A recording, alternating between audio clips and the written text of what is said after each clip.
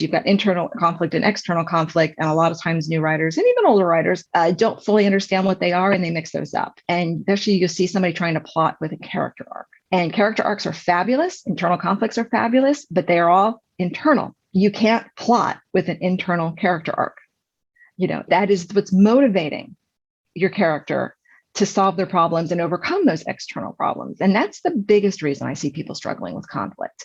For example, like we look at a romance, which is probably one of the harder books to write with conflict, because the conflict is all essentially a person versus self conflict. Your love interests both have baggage and they have to overcome that baggage in order to be together and be happy. It seems like romances are really simple to write, but they're incredibly difficult because of that conflict issue. It's all internal stuff. So you have to come up with those external reasons that force those characters to be together so they can solve their baggage. And that's where the character arc comes in. The character arc establishes the problems and the flaws and the internal issues the character has to solve or has to face, but the external plot is the conflict that's going to allow them to sort through all of that.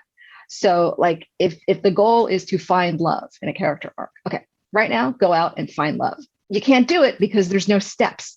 You can't find love, but if somebody says go out and ask all your friends to set you up, that is an external physical action that you can do, and that is a plot.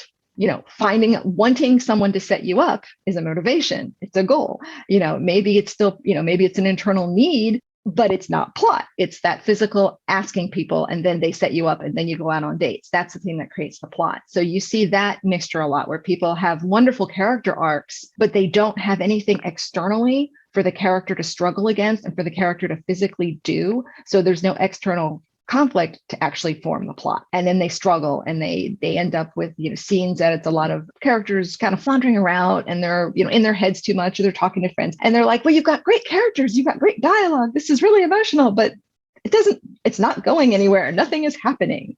So that's probably my biggest ones.